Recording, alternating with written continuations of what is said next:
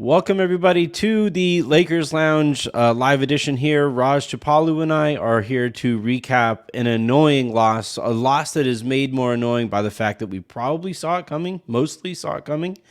I would probably say the Lakers lose in Memphis 103-93. The series is now tied 1-1. And Memphis played it coy all the way through to tip off as far as whether Ja was going to be able to go or not. Knew that was coming. When it started looking like maybe, just maybe, he might be able to go, and I actually started getting more excited because I think that would maybe light a fire under the Lakers' asses.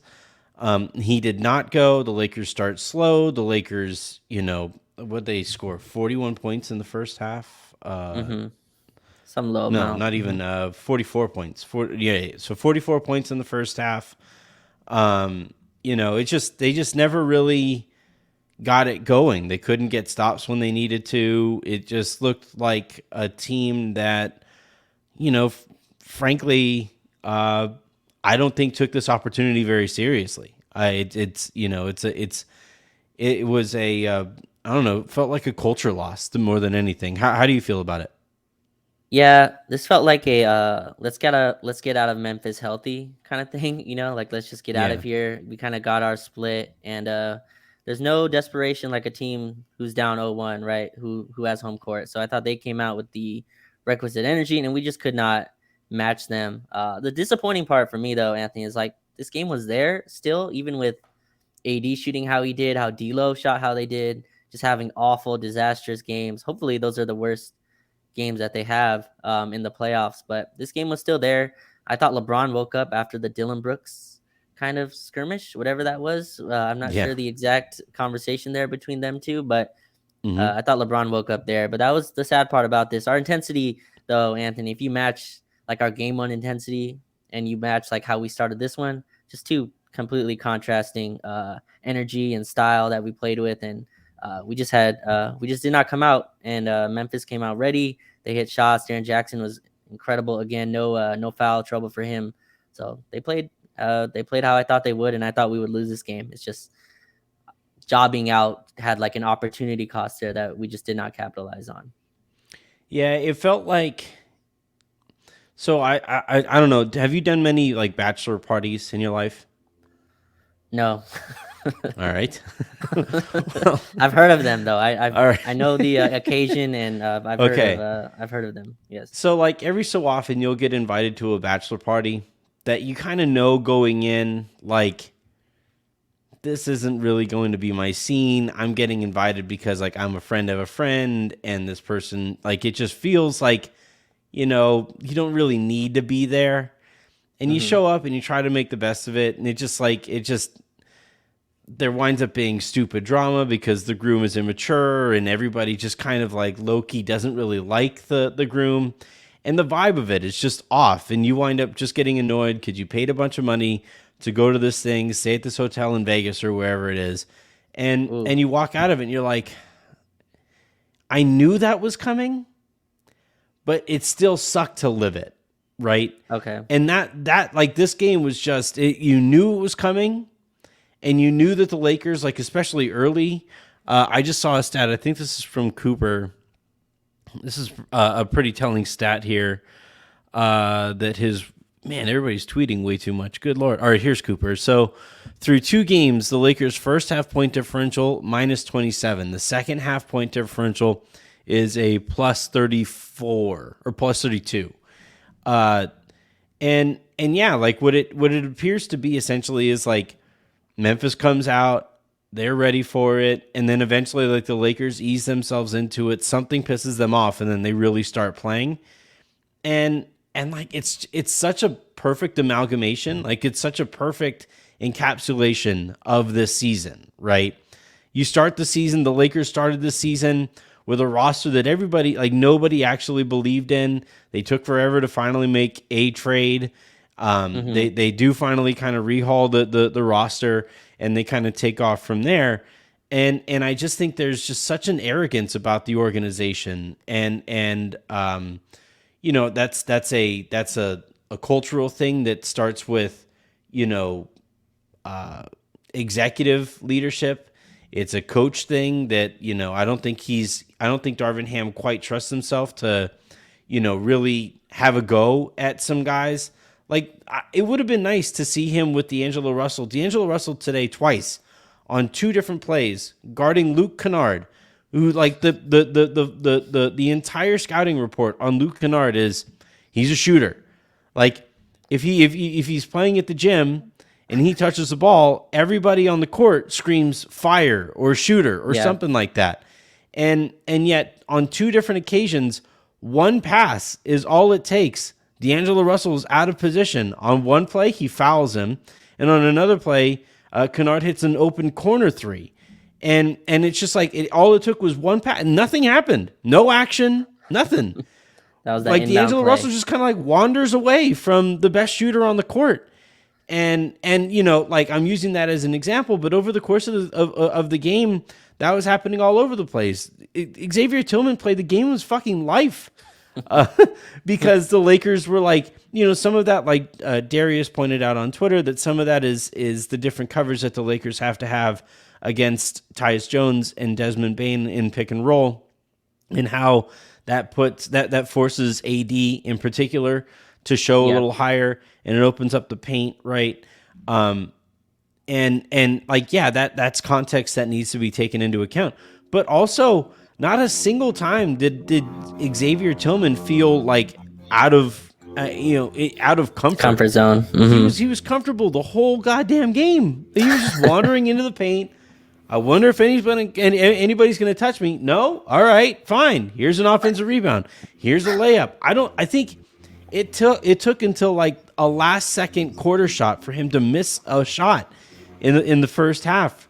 And like if that's how he's going to play, and on the other side of it, you have Anthony Davis going 4 of 14, D'Angelo Russell going 2 of 11. One of those 4 makes from AD is a 3-pointer that didn't matter at the end of the game. I think that's going to sum it all up. I'm sticking with 3 for 19 for both of them combined. They both got their buckets kind of in that late. Harrison calls it a fake comeback, right? I don't think it was as fake tonight. I think there was some validity to it.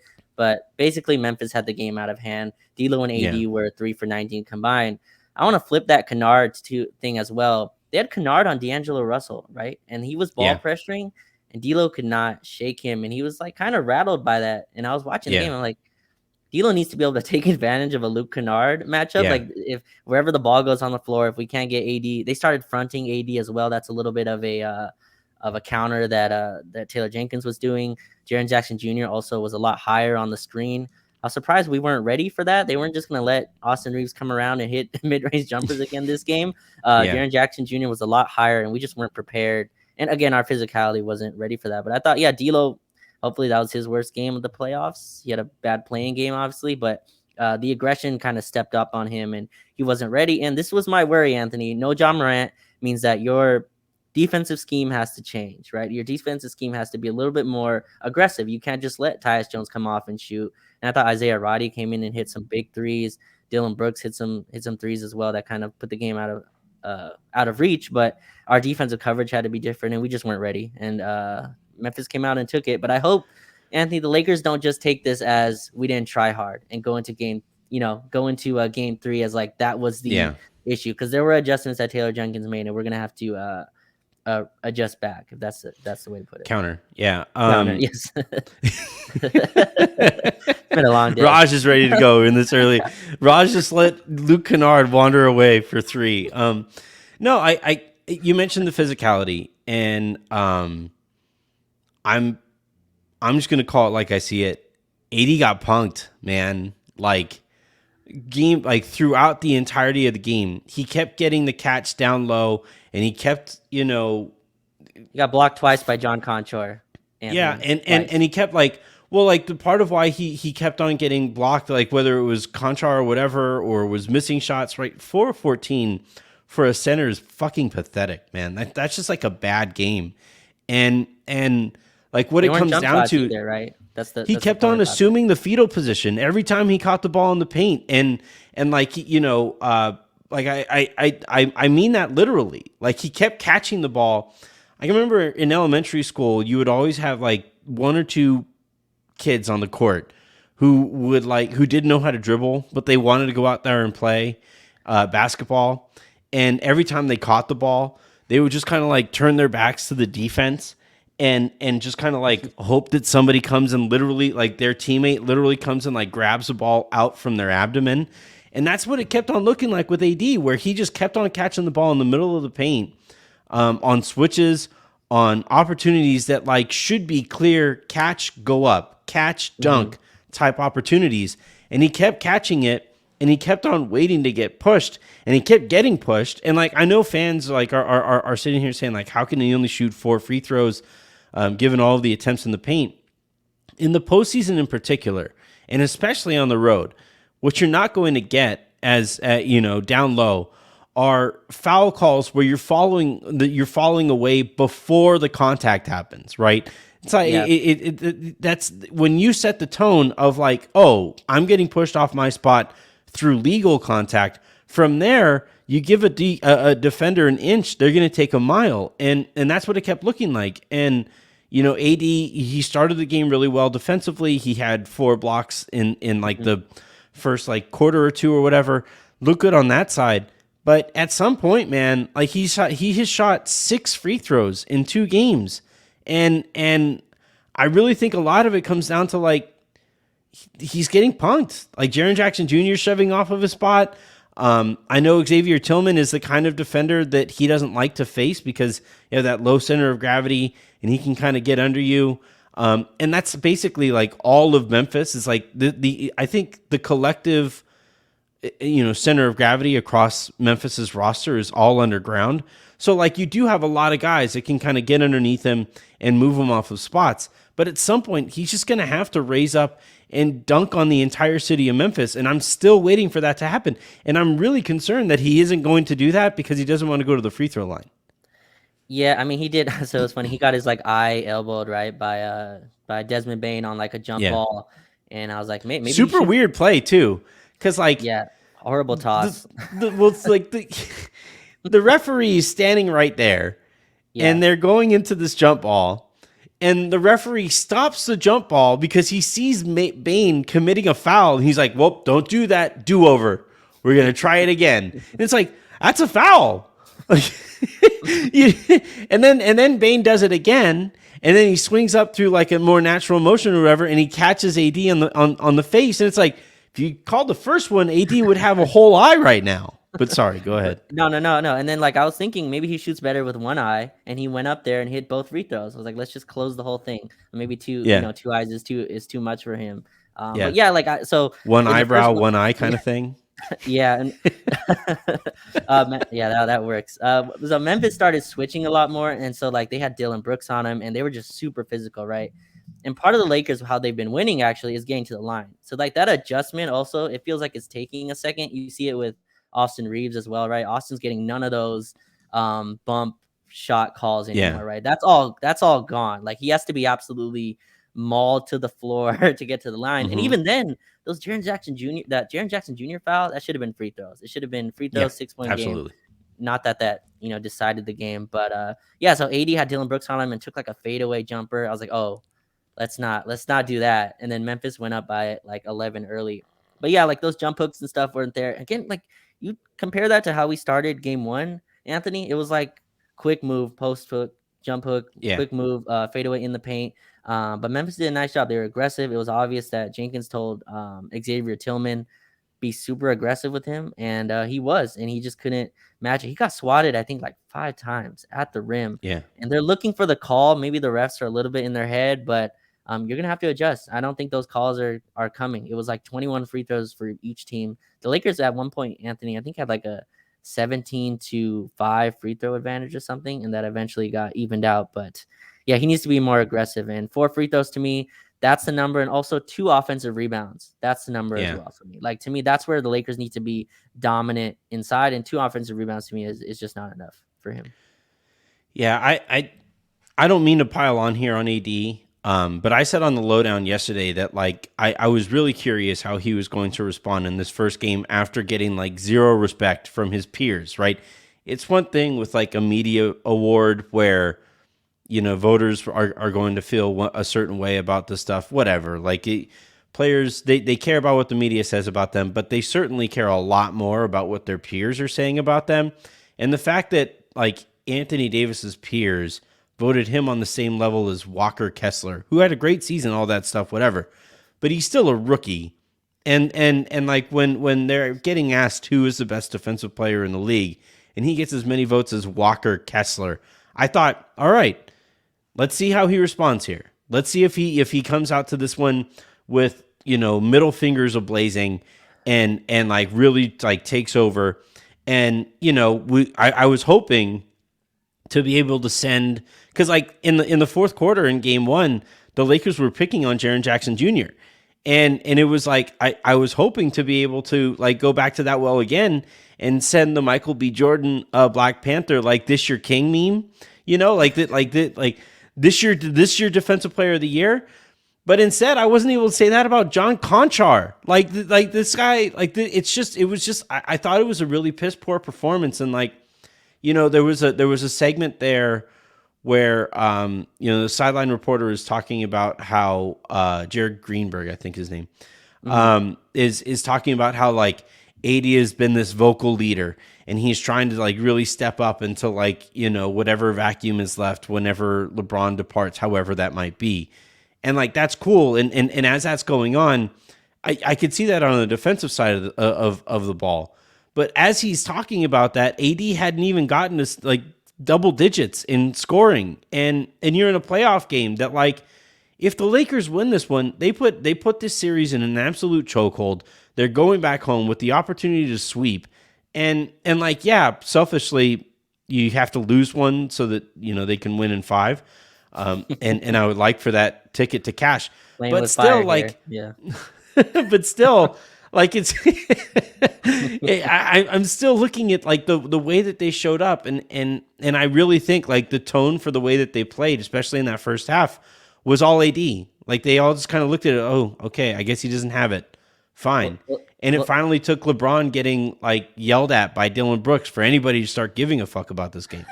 Yeah, and I'm sure that wasn't when Dillon Brooks started chirping. It's just when LeBron heard it, right? I'm sure Dillon Brooks was talking the whole game. LeBron just decided to hear it right there. But Anthony, forget about the voting thing or the his peers.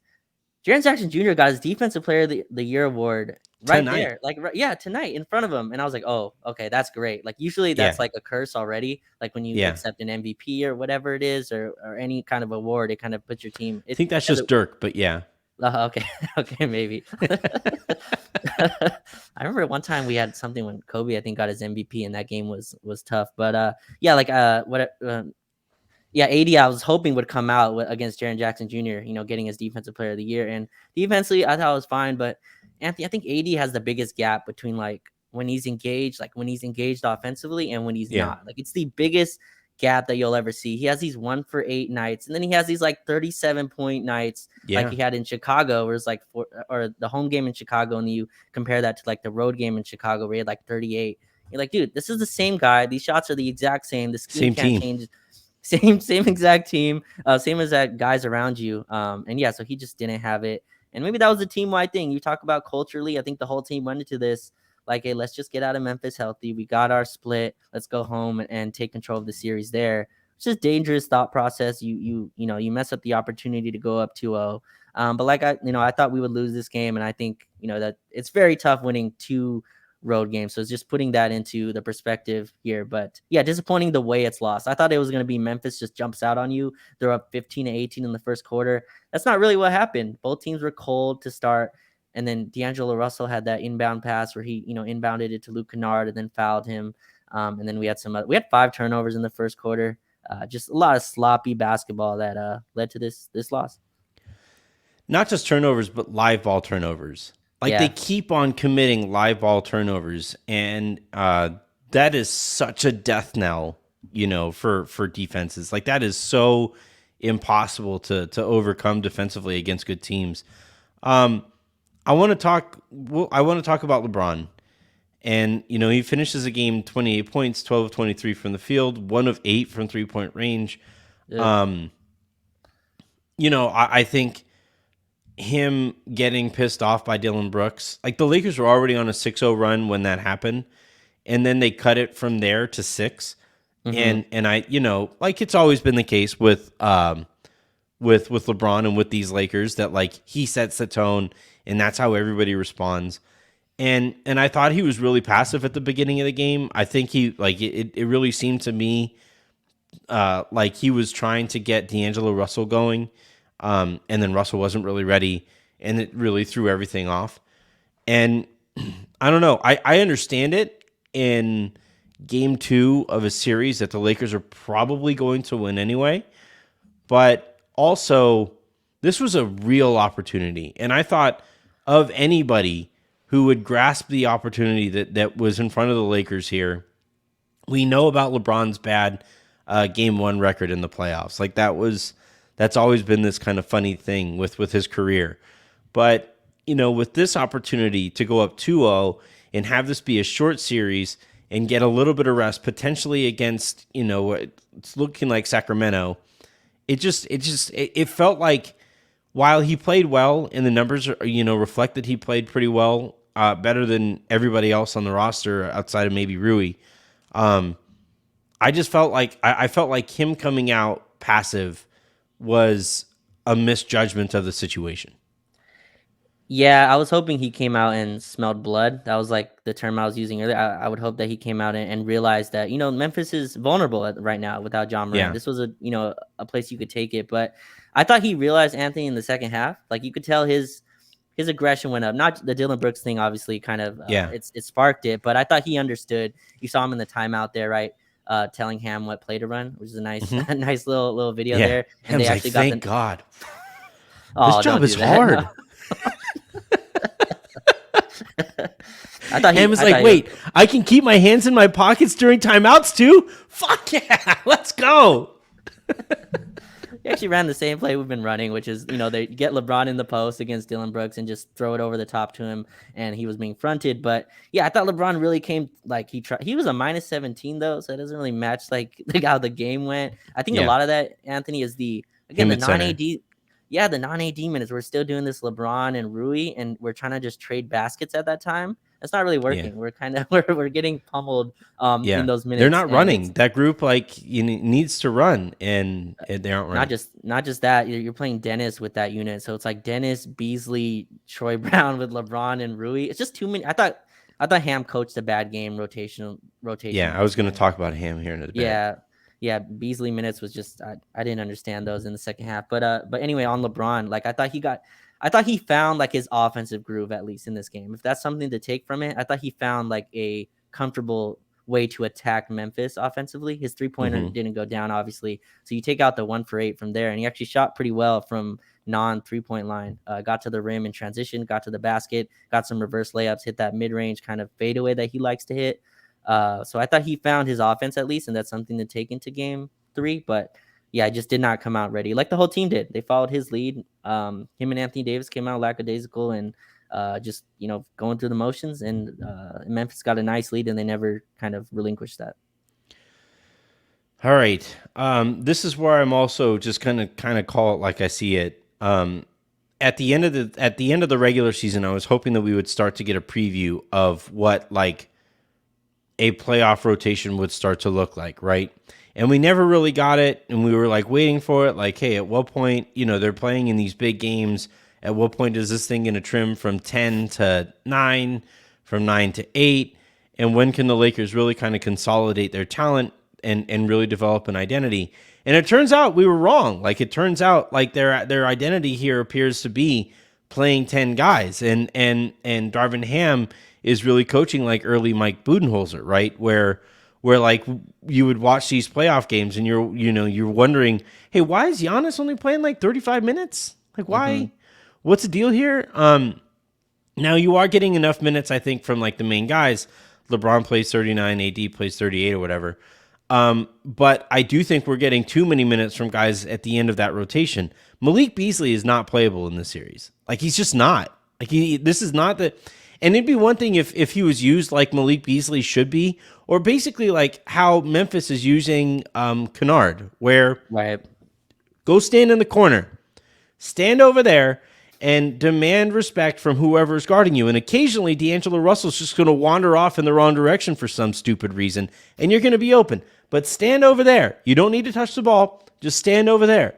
And like, it'd be one thing if that's how they were utilizing Malik Beasley, where it was like, stand over there and create some spacing. Like, use your gravity and you know, the respect that the other team has for you as a shooter.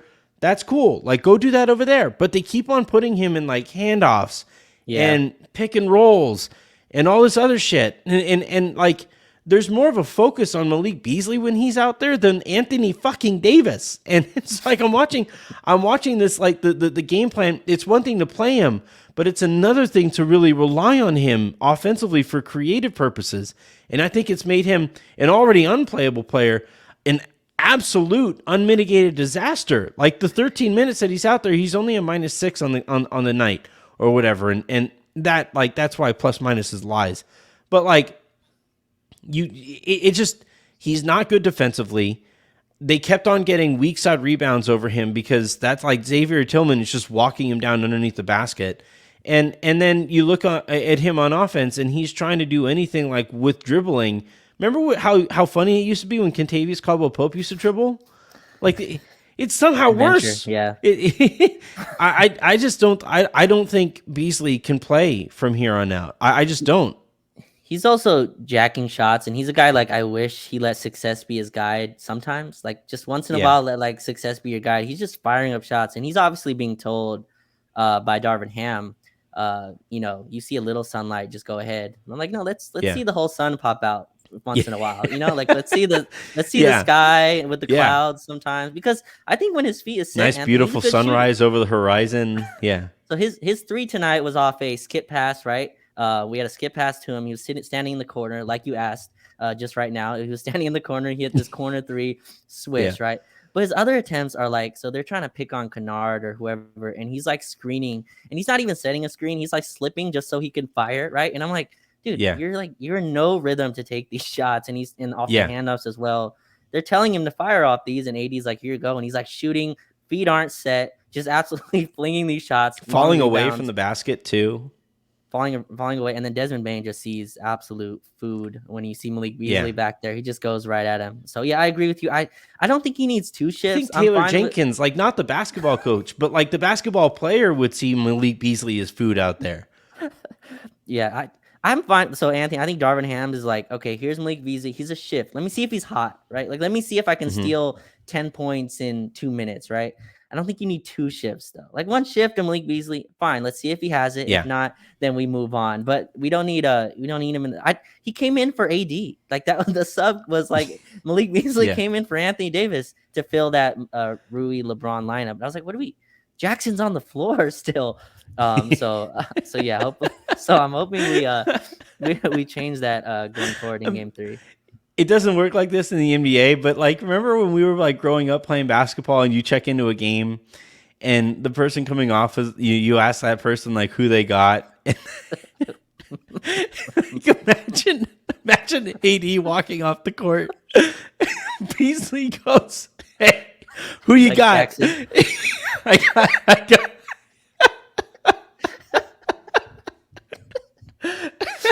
Oh man. Yeah, it's a mess. Like, I think on top of being used too much, like, I think that's fair.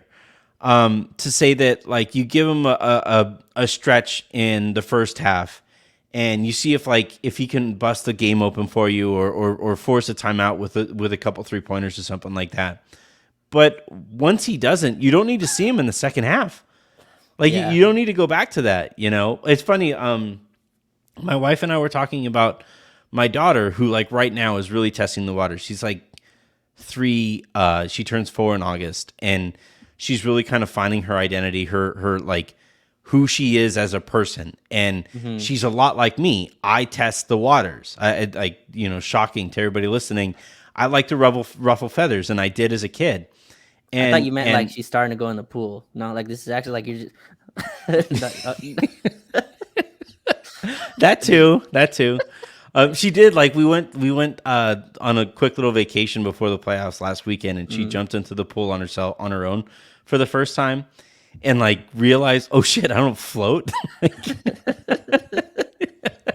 um, but yeah, like, you know, we were talking today, and Jen and I were talking about, like, you know, how to handle her developing this attitude and her testing us, right? Like, we will tell her, Avery, don't do something, and she will look at us like we have, you know, we sit at the dining room table, and we'll tell her, Avery, do not stick your fork into the dining room table. Don't scratch the table, right? And she will look at us and like, you know, and like legit test the waters here. And you'll know, like, and you know, Jen and I were talking about this, and I'll say, like, the whole purpose of the cliche testing the waters is, like, sometimes you put your foot in the water and you find out it's way too hot. Like, I should not be in this water. And when Avery tests us like that, we have to, like, tell her and really put our foot down. No, that's not all right, you know. and I think, like, with Malik Beasley, he's like that test the waters player. You know, you put him in there, you let him wander into the water, and if it's too hot, as it's been all playoffs, cool. All right. That's more minutes for Rui. It's more minutes for AD against Jaren Jackson Jr. instead of like and also, like, this still doesn't feel like it isn't a Wenyen Gabriel series to me. Like, if you're gonna throw Malik Beasley out there and see what he's got, at least throw somebody out there who has some physicality that transfers and travels more than Beasley's does. And who's going to play hard, right, as well. Yeah. When you told that story, it made me think he just won Coach of the Year, so I can say this, I guess. When Andrew Bynum took that three from Mike Brown and just absolutely like looked at him while doing it.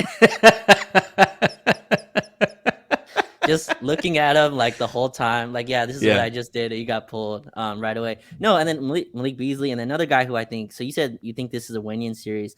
I'm getting a little worried that this is not a Dennis series. Like, and you know, like I'm he was concerned. Bad. Yeah, and he was bobbling passes. And this might not be, right? Jaren Jackson Jr. is living under there. He tried one layup tonight, Anthony, where he went baseline and tried to reverse layup on the side that Jackson was on. And Jackson, like, was so shocked.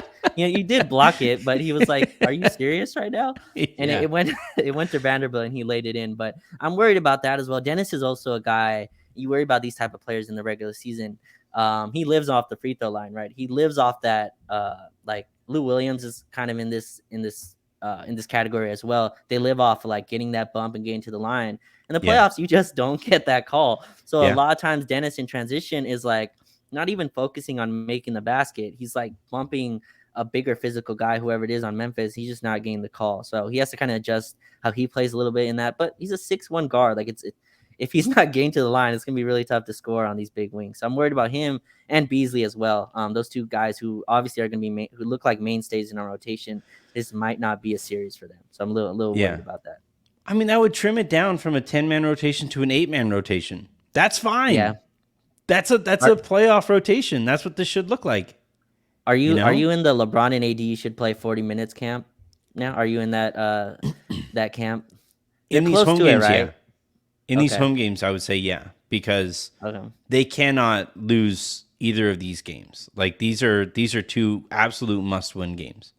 And then from there, see how it goes in Memphis. Here's my thing, though. Why not do that in the games where we have 2 days off afterwards? Like, I don't understand why not doing that now. You know what I mean? So now you're going to play Saturday and Monday. So you only get 1 day off. And now you're going to play them the 40 minutes. I think Ham's going to stick to this rotation until we're really on the ropes. And hopefully that doesn't happen. Hopefully we win these next 2 games. But I think this is going to be the rotation for now. I don't think Wenyen's going to enter. It feels like it's going to be this 9-man. It's really 9 right now, right? And with Wenyen and Mo and all those guys out. So we'll see. Troy Brown again was struggled tonight, didn't make a shot. And we just didn't shoot well. But yeah, I think it'll be interesting to see going forward where the rotation moves to. I think the Lakers have to find, and part of this is like defensively, they weren't getting enough stops, and they certainly weren't getting enough live ball turnovers, but they have to find a way to get out in transition. Yeah. Like I know LeBron is a lot more comfortable in the playoffs playing slow and all of that stuff, walking the ball up and picking apart the opposing defense. But they haven't played enough together to I think approach it that way. And just getting out, like that's where Beasley is the most comfortable, right? Those Hmm. trailer threes that he hits on the wing. Like when was the last time we saw him take one of those? You know? He's playing with a unit that can't get stops. Like so, like we have him Yeah. with our worst defensive unit, and so which again that makes no sense. You playing your worst defender with your worst like rim protecting unit, and it Yeah. just it's doomed to fail to me. Yeah. All right, let's talk about the series kind of moving ahead here. I would anticipate Ja plays, I think, in game 3. They the framing around it is basically like this is a pain tolerance thing. It's just it's a surface bruise. It's not a bone bruise. Was one of the things that they made sure to identify here. So I think Ja plays. I'm going to offer up I think this is probably a hot take, but I think Memphis matches up with the Lakers a lot better. Like not just better, but noticeably better with Ja out of the lineup. I was waiting to kind of offer it up. I wanted to see it, but like when Ja is out there, you have a use for Vanderbilt defensively. When Ja is handling a pick and roll, it allows AD to play deep drop and just swallow up the paint. Ja is an incredible player, and it wouldn't shock me at all if he plays so well in game 3 that I look like a complete moron saying this. But like the way that the Lakers defense always falls apart is when they get stretched apart, and then you get the penetration through the gaps that get created by being stretched apart. And that's what we saw here where, we're watching this and Jen's like, hey, it's only like a 8-point game with, 6 minutes to go. That's not completely out of reach. I'm like, it feels like an 18-point game because the Lakers couldn't get stops. There was nothing that they can do to go out there and get stops. So if Ja is out, what adjustments do you think the Lakers have to make? What do you think they have to do here to match up against a team that I think matches up better with the Lakers than when Ja is around? Yeah, I'm not sure I agree. Like it's better. It's just different, right? You have to change your scheme around that. You can't play off of two guys, right? And tonight Dylan Brooks did hit shots. I also thought they wanted to play off Roddy as well, try to make him shoot, and he made a couple. Yeah. Credit to him. But yeah, like if Jaws out, I think you have to be a little bit more aggressive on the screen. I thought our on-ball defense was pretty terrible. I thought D'Lo as well, just to start the game, was really bad. I thought Tyus Jones and everyone honestly got to the paint. They had like 36 points of the paint in the first half or something like that. Mm-hmm. They had a ton. It was like 36-9 or something like that with the advantage in the paint. And that's just too much for a team. They should not beat you off the dribble that easily. Like I think there was one play where Rui got beat off the dribble by like Luke Kennard. I'm like that shouldn't happen. You shouldn't get beat off the dribble by Luke Kennard, and that happened all night. While the Lakers couldn't beat Luke Kennard off the dribble.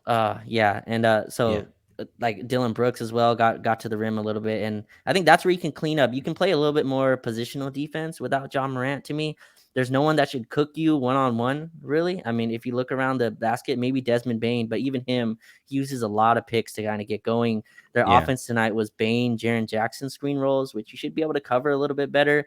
I like Austin on Bane the best, but yeah, I think you can clean it up. I think with Ja, it's still a lot more dynamic. Ja's ability to get to the rim and just cause havoc to me is a little bit more difficult than Tyus Jones. Really, I mean, I think he played okay. He didn't really go off, but just the really.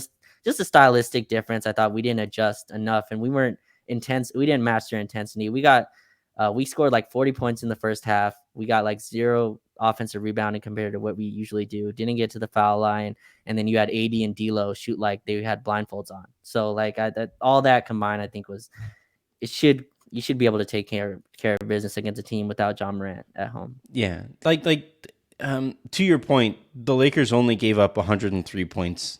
On the road.